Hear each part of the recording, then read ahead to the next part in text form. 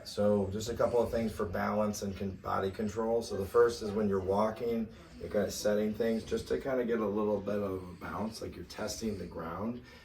Just as much as you're testing the ground, you're kind of testing your own stability through your foot, again, kind of locking in, carrying the jar, bringing out the towel, sitting your hip.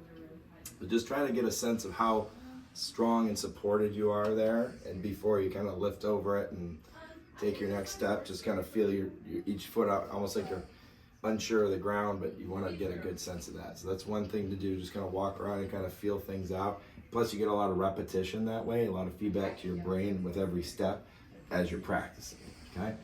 The other thing is to use the wall and to kind of think about, okay, I can kind of progressively kind of work in here, kind of get some feedback both through my legs and through my arms, and I can go back and forth. I can get that feedback there. I can kind of bounce around in the legs, can go back and forth. Same thing in the arms, back and forth here. So again, just using all that feedback from the solid surfaces to give you a sense of how well you're handling things through your own body. We can also kind of progressively go back and forth and kind of stretch things out, feel that weight shift, feel that rotation. Can work my arms up higher and higher as I go, as long as it's comfortable and not painful. Get a little stretching, but again, eccentrically kind of working into those things, but I can get a lot of good feedback and I can be very adaptable and supported.